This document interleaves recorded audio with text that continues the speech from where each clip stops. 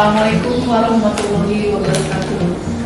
Selamat pagi anak-anakku semua, siswa-siswi kelas 9 SMP Negeri 11 Kota Cirebon. Bertemu kembali dengan Ibu dalam video pembelajaran PKN. Pada kesempatan ini, Ibu akan menjelaskan tentang materi bab 2, yaitu pokok pikiran pembukaan UUD Negara RI tahun 1945. Tolong kalian simak dengan sebaik-baiknya. Tujuan pembelajarannya adalah yang pertama, menghargai isi alinea pokok pikiran yang terkandung dalam pembukaan UUD Negara RI tahun 1945 sebagai wujud rasa syukur pada Tuhan Yang Maha Esa.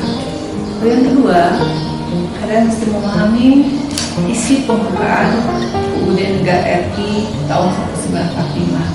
Yang terakhir adalah makna alinea, peralinea dari pembukaan yang tadi. Kita akan mulai dengan yang pertama ya. Sebagai bangsa Indonesia tetap kita harus bersyukur pada Tuhan. Pembukaan itu adalah anugerah dari Tuhan Yang Maha Esa melalui para pendiri negara kita. Sebagai wujud kita bersyukur, otomatis kita harus memahami pembukaan itu, pokok pikirannya, penerapannya.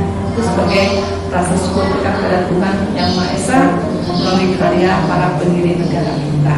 Ya, itu kewajiban kita bersyukur kepada Tuhan.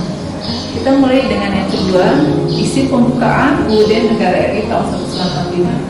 Setiap upacara kalian selalu baca ya. Mudah-mudahan setelah COVID ini selesai kita bisa melaksanakan upacara lagi ya. Kita akan selalu ada fase membaca pembukaan. Coba ingat-ingat bunyi pembukaan seperti apa.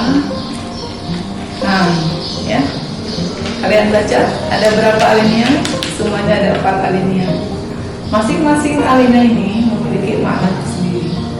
Silakan kalian baca. Ingat-ingat kenangan kita ketika upacara. Selalu mendengar pembacaan pembukaan UUD 45. Mudah-mudahan COVID ini cepat selesai ya Nana ya. Kita melakukan upacara kembali. Undang-Undang Dasar Negara Republik Indonesia tahun 1945. Pembukaan bahwa sesungguhnya kemerdekaan itu ialah hak segala bangsa, dan oleh sebab itu maka penjajahan di atas dunia harus dihapuskan karena tidak sesuai dengan pri kemanusiaan dan pri keadilan. Dan perjuangan pergerakan kemerdekaan Indonesia telah sampailah pada saat yang berbahagia dengan selamat sentosa mengantarkan rakyat Indonesia ke depan pintu gerbang kemerdekaan negara Indonesia yang merdeka, bersatu, berdaulat, adil dan makmur. Atas berkat rahmat Allah yang Maha Kuasa dan dengan didorongkan oleh keinginan luhur supaya berkehidupan berkebangsaan yang bebas, maka rakyat Indonesia menyatakan dengan ini kemerdekaannya. Kemudian daripada itu, untuk membentuk suatu pemerintah negara Indonesia yang melindungi segenap bangsa Indonesia dan seluruh tumpah darah negara Indonesia, dan untuk memajukan kesejahteraan umum, mencerdaskan kehidupan bangsa, dan ikut melaksanakan ketertiban dunia yang berdasarkan kemerdekaan, perdamaian abadi, dan keadilan sosial.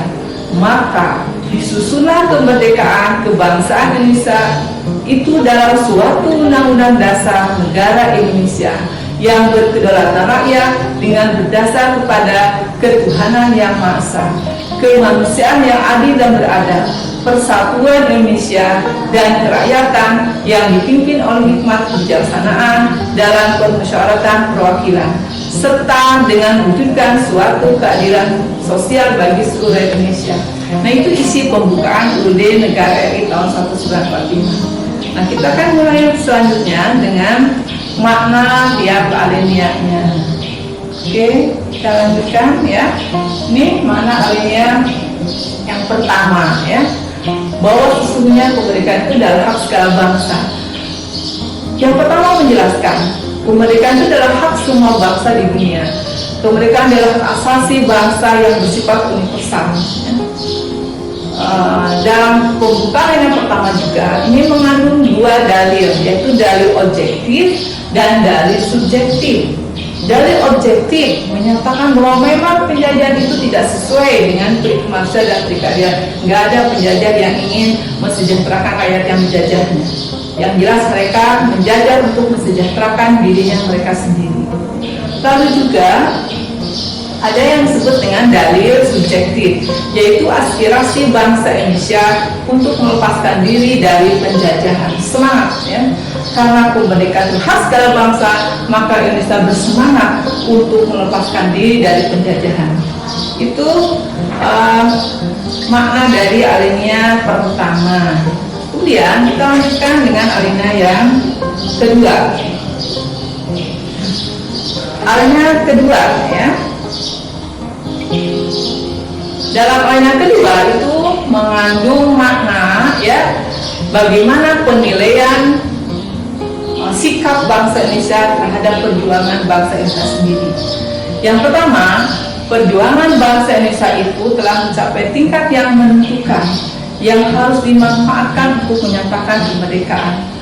Kemerdekaan itu adalah bukan akhir dari perjuangan, ya. Kemerdekaan itu adalah puncak perjuangan yang harus dilanjutkan, ya, bukan akhir segala-galanya. Kemerdekaan harus dipertahankan, ya, dan diisi dengan mewujudkan negara Indonesia menuju masyarakat yang merdeka, bersatu, berdaulat, adil, dan makmur. Itu adalah makna alinea kedua. Next, kemudian kita lanjutkan dengan makna alinea ketiga, ya, dan atas berkat rahmat Allah, ya. Ini dalam kalimat alinea ketiga itu ada sebuah pengakuan bangsa Indonesia sebagai bangsa yang religius, bahwa kemerdekaan ini adalah tidak hanya mutlak usaha kita sendiri, tapi adalah atas berkat rahmat karunia dari Allah. Kita tidak akan bisa merdeka tanpa ridho dari Allah Subhanahu wa Ta'ala. Jadi ini adalah salah satu bentuk pengakuan bahwa bangsa Indonesia itu bangsa yang religius. Segala sesuatu tidak takabur usaha sendiri. Kita merdeka juga adalah hasil perjuangan yang didorong oleh mencari doa Allah, ya. Tuh, kemerdekaan yang kita capai tidak semata-mata hasil jerih payah perjuangan bangsa Indonesia, tetapi juga atas kuasa Tuhan yang Maha Esa. Demikian juga kita anak-anak, kalau kita menginginkan sebuah cita-cita, kemudian kita belajar dengan benar, lalu berhasil cita-cita kita, jangan sampai kan lupa, wah ini adalah berkat saya. Tidak, segala sesuatu itu adalah ada faktor takdir, kuasa Allah Tuhan yang Maha Esa. Kita lanjutkan dengan makna alinea yang keempat, ya. Nah, dalam alinea keempat, pembukaan UUD Negara RI tahun 1945 itu ada hal-hal prinsip-prinsip dasar dalam pembentukan negara Indonesia. Yang pertama itu ada tujuan negara, ya, yang harus diwujudkan oleh pemerintah.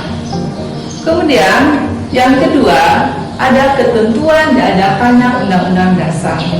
Kemudian juga menuliskan tentang bentuk negara, yaitu bentuk republik yang berkedaulatan rakyat. Dan yang keempat yang tidak dan sangat penting sekali juga adalah dalam alinea keempat itu dituliskan tentang isi-isi dari dasar negara, yaitu Pancasila. Kita lanjutkan lagi tujuan negaranya dulu. Kita lihat sebenarnya apa sih tujuan negaranya. Next, ya. Tujuan negara ini tertulis dalam pembukaan alinea keempat, ya. Semuanya ada 4. Di Indonesia, para pendiri bangsa telah menyepakati tujuan negara NKRI itu ditulis dalam pembukaan UUD tahun 1945 itu ada 4. 1. Melindungi segenap bangsa Indonesia dan seluruh tumpah darah Indonesia, dari Sabang sampai Merauke kita lindungi, ya. Kemudian tanah airnya, seluruh wilayahnya harus dijaga. Itu kewajiban pemerintah dan kewajiban kita sebagai warga negara. Yang kedua, negara pemerintah ingin memajukan kesejahteraan umum. Artinya apa? Keadilan, kesejahteraan sosial, ya. Tidak ada ketimpangan dari Sabang sampai Merauke, harus diupayakan kesejahteraan yang merata.